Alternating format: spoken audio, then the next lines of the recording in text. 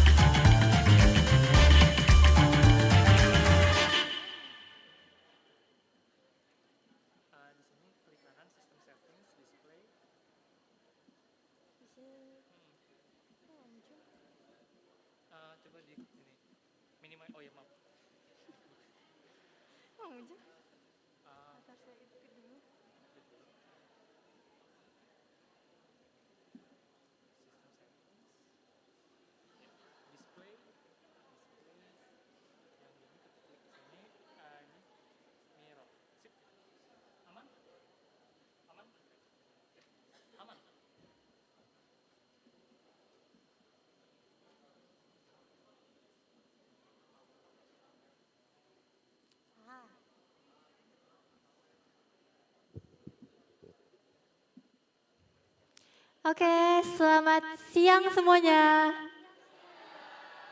Wah, oke. Di sini ada yang kemarin ikut acara Women on Touch di IPB nggak? Oke, nggak terlalu banyak nih. Soalnya sebenarnya materinya ada 25% ngulang. Jadi kalau kalian baru ya bagus. Oke. Oke, jadi hari ini kita bakal bahas seputar UI UX, tapi lebih spesifiknya ke UI. Jadi di sini ada teman-teman yang udah kerja di bidang UI UX. Oke. Yang lagi belajar tapi mau kerja di UI UX? Oh, banyak. Oke, yang nyasar ke sini karena udah selesai ketemu idolanya? Oh, ada juga. Wah, kacau. Oke.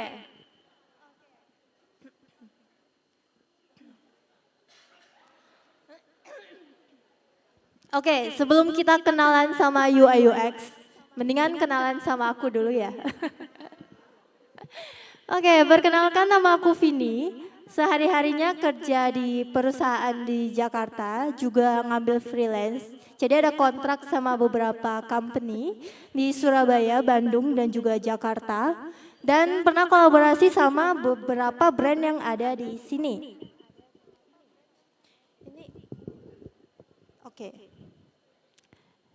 Oke, jadi kalau teman-teman mau connect, bisa connect ke sosial media yang ada di situ, vin.design. Dan harapannya hari ini bisa ngasih insight baru ke teman-teman seputar UI UX. Dan kalau nanti teman-teman dapat sesuatu insight yang menarik, teman-teman boleh banget post bagian itu dan di tag ke aku. Karena kalau nggak ada yang tag aku bakalan sedih ya. Berarti nggak ada yang menarik nih. Oke. Jadi di sini ada yang udah familiar banget nggak sama UI UX? Sedikit banget ya. Oke, jadi UI UX sendiri itu kalau dari namanya ya, UI itu user interface, ya berarti semua hal yang bisa kita lihat di aplikasi atau website, entah itu teksnya atau warnanya, terus layoutnya dan segala macam. Kalau UX itu kaitannya ke experience atau pengalaman pengguna. Jadi apakah si user bisa pakai dengan baik atau mungkin bingungin, nah itu semuanya urusannya UX. Ada testing, research, terus flow, persona, dan masih banyak lagi. Nah, contohnya ada banyak banget ya di sini, ada aplikasi, ada web, mau e-commerce, mau social app, terus game. Nah, itu semua juga butuh yang namanya UI UX design. Oke, di sini aku akan jelasin sedikit. Banyak banget di sini. Ada nggak yang developer di sini? Oke.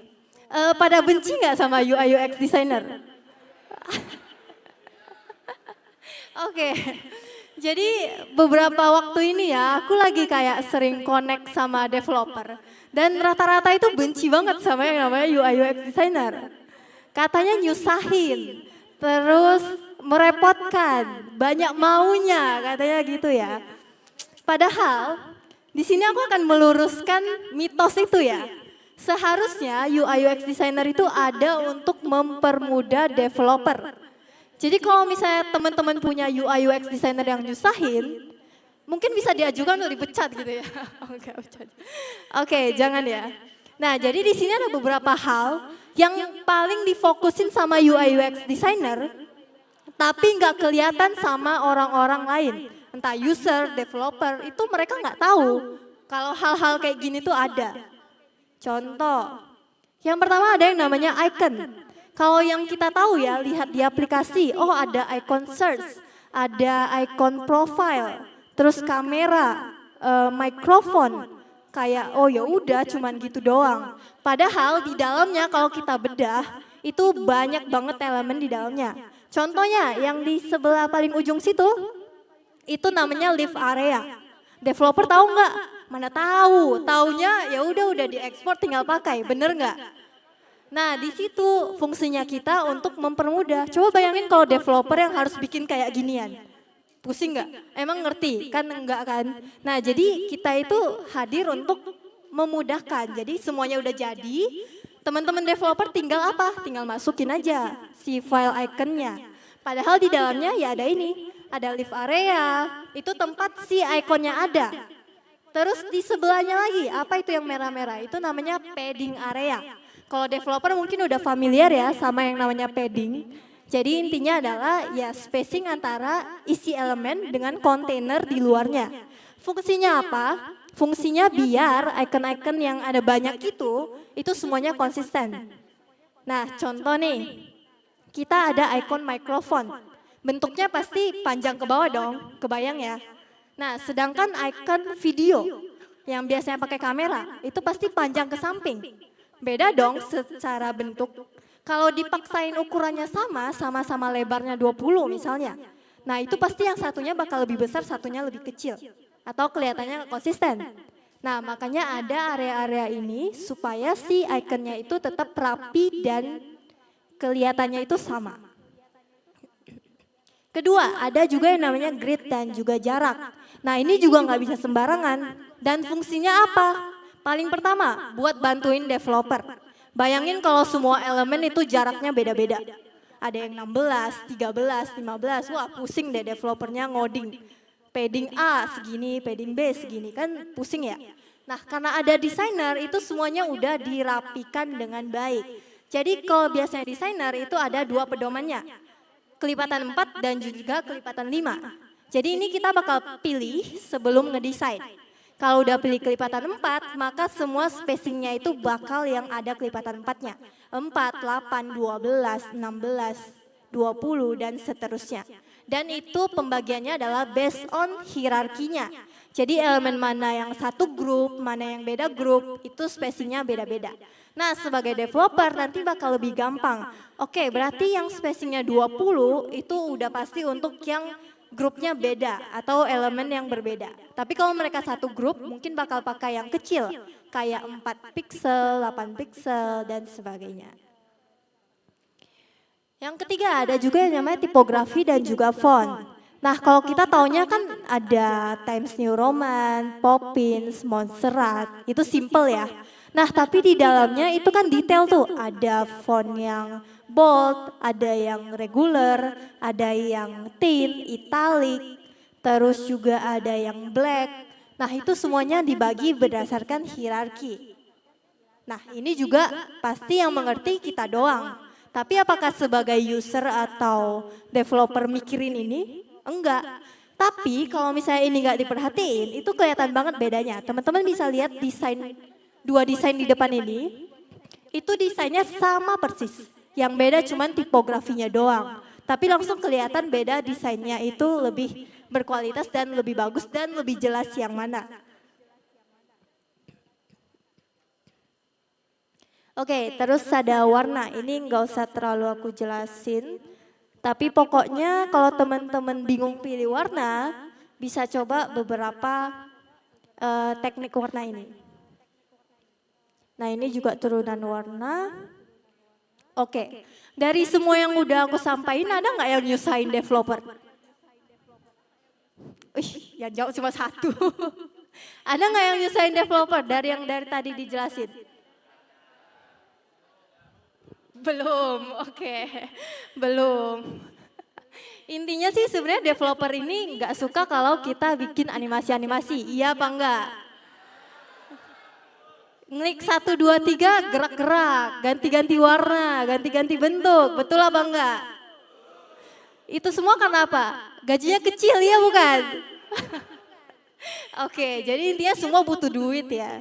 Kalau misalnya kalian digaji 20 juta 1 bulan, bikin animasi dikit mau apa enggak? Nah berarti bukan UI-nya yang salah, gajinya yang salah, bosnya tuh yang salah berarti. Oke, kita masuk ke proses UI design. Nah biasanya kalau ngerjain freelance, itu step-step ini yang aku pakai untuk ngerjain projectnya. Jadi yang pertama itu ada tahap understand atau memahami dulu. Kita mau ngerjain project apa, timelinenya berapa lama, budgetnya berapa. Karena itu penting ya, ibaratnya kalau budgetnya kecil, kalian mau bikin desain sistem apa enggak? Enggak, karena buang waktu ya. Sama kayak developer tadi, kalau gajinya kecil mau bikin animasi atau enggak? Nah itu ya, jadi kalau budgetnya kecil, ya kita sesuaiin aja sama pekerjaannya. Maksudnya tetap bikin yang bagus, tapi nggak perlu yang terlalu effort. Nah kalau udah paham nih, oke, kayaknya projectnya oke nih bisa dikerjain. Nah kita bisa masuk ke tahap research. Nah kita bisa cari tahu kita butuh fitur apa, terus kita butuh siapa yang bakal pakai, terus juga kita mau bikin yang flow-nya seperti apa. Nah itu semuanya tahunya dari research. Apa aja yang bisa di riset? Ada user, kompetitor, dan tren. Nah kalau user udah pasti kita mau cari tahu mereka butuhnya apa, mereka sukanya apa, dan mereka biasanya pakai apa. Kalau kompetitor kita bisa cari tahu nih fitur apa yang bagus di aplikasinya, terus yang kurang bagus apa, nanti kita perbaiki di situ. Sedangkan tren untuk yang ikut-ikut aja ya sebenarnya, cuman untuk tren ini aku nggak terlalu saranin untuk diikuti banget, karena ya balik lagi tren itu singkat, sedangkan bikin aplikasi itu nggak sebentar. Nah jadi jangan sampai trennya udah selesai, aplikasinya belum launching, kan sayang. Jadi bisa dipilih-pilih, trennya ambil aja yang setiap tahun itu ada. Contohnya kayak geometris, minimalis, 3D, nah itu kan selalu ada. Nah kalau udah riset nih, udah tahu apa yang mau dikerjakan, kita bisa masuk ke user flow. Yaitu gimana aplikasinya bakal berjalan atau gimana alurnya. Nah jadi mungkin mulai dari home, terus user bakal lihat produk, terus detail produk, terus masukin keranjang, terus check out, bayar, payment, baru history. Nah itu yang namanya flow. Habis itu kita bisa masuk ke wireframing atau bikin kerangkanya, nggak perlu yang terlalu rapi, terlalu bagus. Yang penting jelas kira-kira kita mau bikin yang seperti apa. Habis itu baru kita masuk ke desain. Kenapa sih kita butuh step sebanyak ini? Kenapa nggak langsung ngedesain aja? Nah, karena sebenarnya kalau misalnya kita langsung ngedesain, terus ternyata flow-nya agak beres atau ternyata fiturnya ada yang salah, itu kita bakal ngulangnya lebih banyak. Jadi lebih capek gitu. Nah, jadi usahakan step by step pelan-pelan tapi pasti jadi gitu. Daripada set tapi rupanya ngulang-ngulang dari awal. Itu kan bakal sayang banget. Oke, sekarang kita masuk ke desain. Di desain ini ada yang namanya desain sistem. Nah, kebetulan kita di acara Google, ada yang tahu nggak desain sistemnya Google?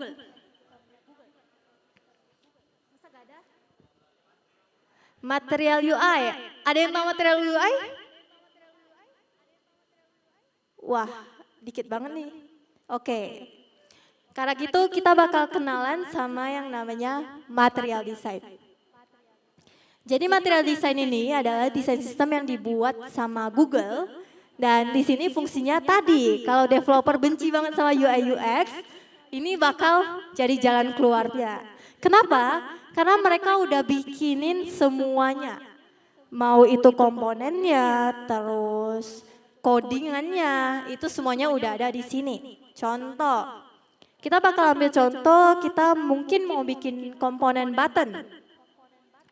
Nah, di sini bakal langsung dijelasin.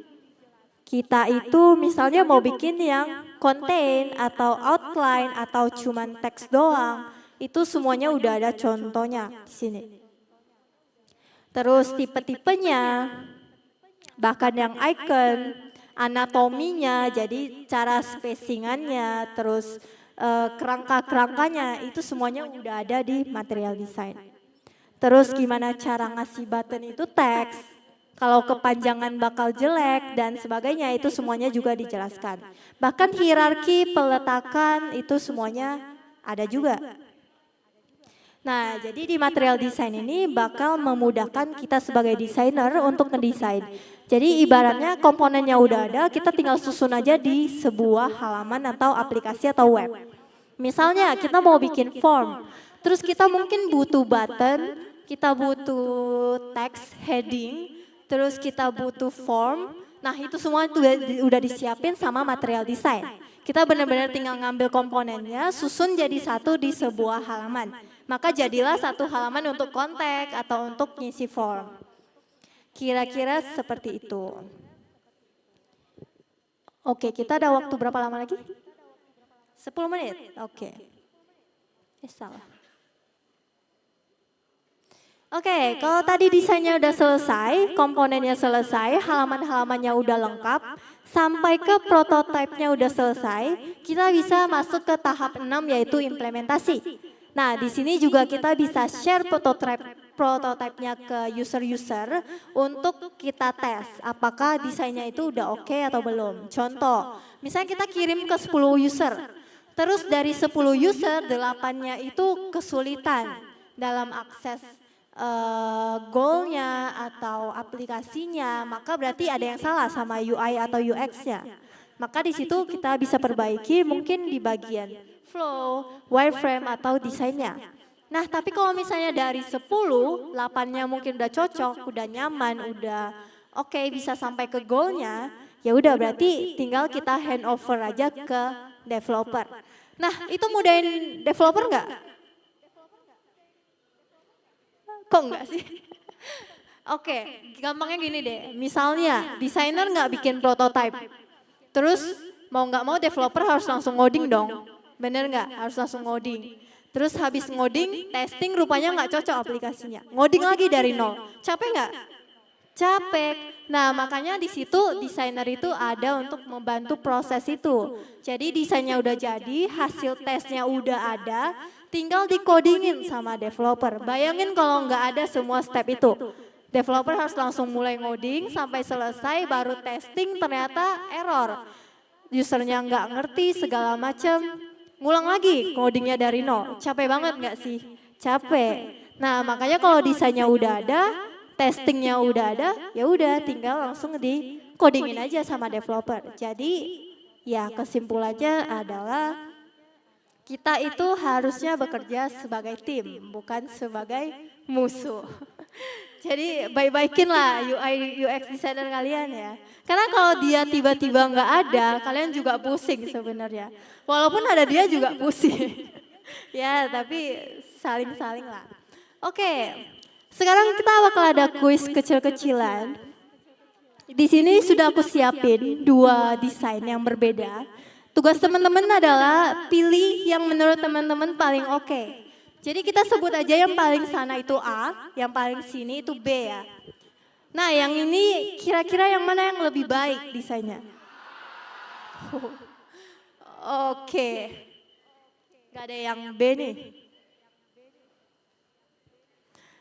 Oke, jawabannya yang A. Karena ya kelihatan ya dari segi warna, dari segi konsistensi, si radiusnya itu sangat berbeda. Oke, yang kedua. Nah, ini udah ada yang beda nih.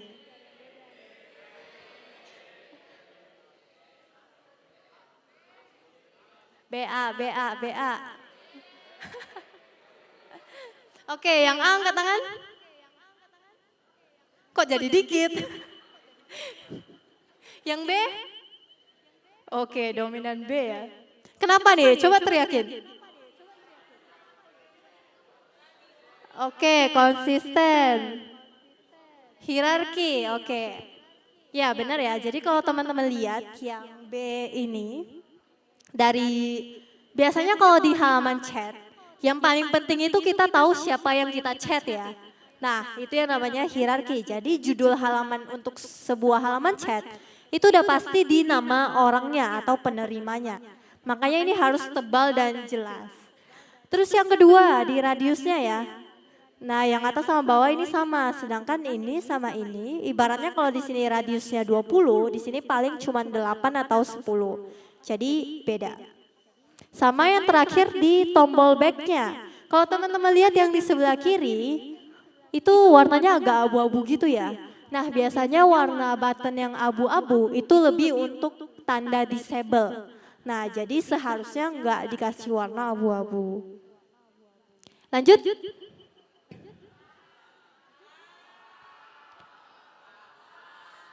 Oke, kenapa? White space. Oke. Jadi padding yang ada di dalamnya ya. Lanjut.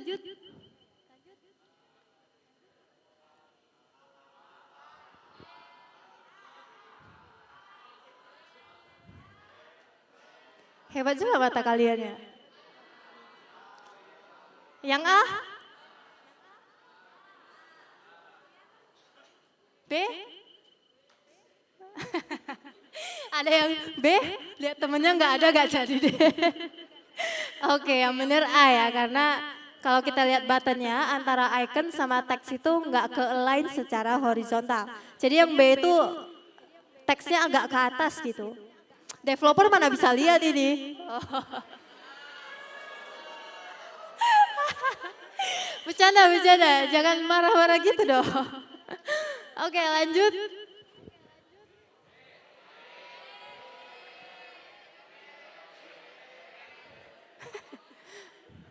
Oke, ada yang jawab A? Oh nggak ada. B? Oh, oke, kenapa? Warna, iya kenapa? Emang kenapa kalau mau pakai warna biru?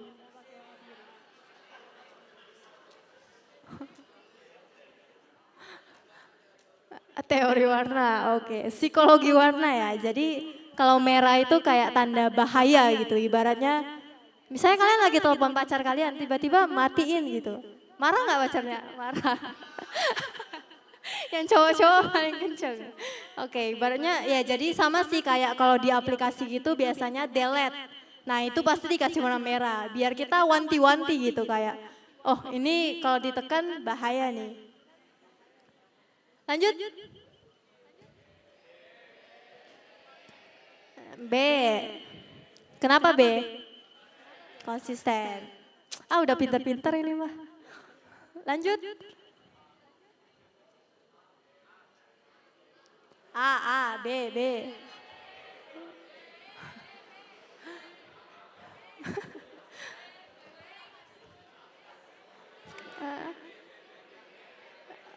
Oke, kenapa B? Oke, gambarnya lebih presisi. Nah, jadi gambar itu juga salah satu elemen yang penting banget di UI design. Karena mau desainnya sebagus apapun, kalau gambarnya low quality, pecah-pecah, burem, itu udah pasti desainnya bakal terpengaruh.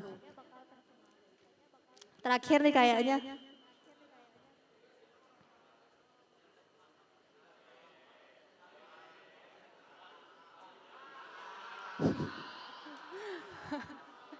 Oke, jawabannya A ya, sama kayak yang tadi. Intinya sih yang video ini gak ke-align. Oke, jadi buat teman-teman yang baru mulai dan mau belajar UI design bisa coba beberapa step ini. Yang pertama teman-teman bisa coba recreating. Jadi kalau ketemu desain yang bagus, ya udah diikutin aja yang sama persis. Nanti teman-teman bakal belajar spacing, ukuran, layout segala macam. Terus kalau ada teman-teman waktu recreating terus gak ngerti ini gimana cara bikin buttonnya, tanya ke YouTube, pasti ada jawabannya. Habis itu yang ketiga teman-teman bisa bikin UI itu ada di sekitar teman-teman. Paling gampangnya dulu waktu aku baru mulai aku follow ratusan hashtag yang ada kaitannya sama UI UX. Daily UI UX, user interface, inspiration UI, pokoknya kayak gitu-gitu sampai ratusan. Jadi tiap nge-scroll Instagram itu ada aja UI UX yang lewat. Jadi sambil belajar. Terus teman-teman juga bisa ikut kayak webinar, online course, karena itu bakal lebih step by step belajarnya. Sama yang terakhir, koneksi harus tetap teman-teman bangun. Ibaratnya kalau teman-teman jago banget ngedesainnya, tapi nggak ada yang tahu, bisa dapat klien nggak? Nggak. Teman-teman jago banget ngodingnya, tapi nggak ada yang tahu, bisa dapat klien nggak? Nggak. Jadi mau apapun profesinya, koneksi itu penting banget. Jadi mau teman-teman tiap ngedesain apa, di-share aja. Siapa tahu hari ini temennya lihat, tahun depan dia punya bisnis. Terus keingat, oh ya si A pernah nih post bikin website, desain aplikasi. Jadinya di kontak dapat duit, lumayan. Nah yang terakhir buat teman-teman jangan pernah berhenti mencoba dan belajar karena pasti bisa dan pasti ada jalan. Terima kasih.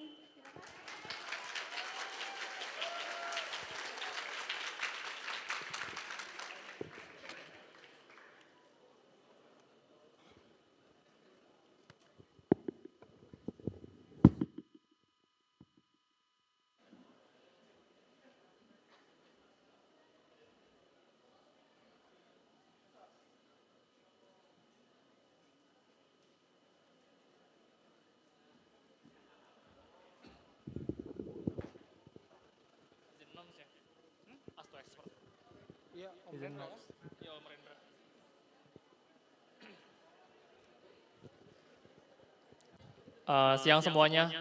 Untuk selanjutnya pemilik tiket profesional Astu Expert Cloud ada di sebelah kiri ruangan.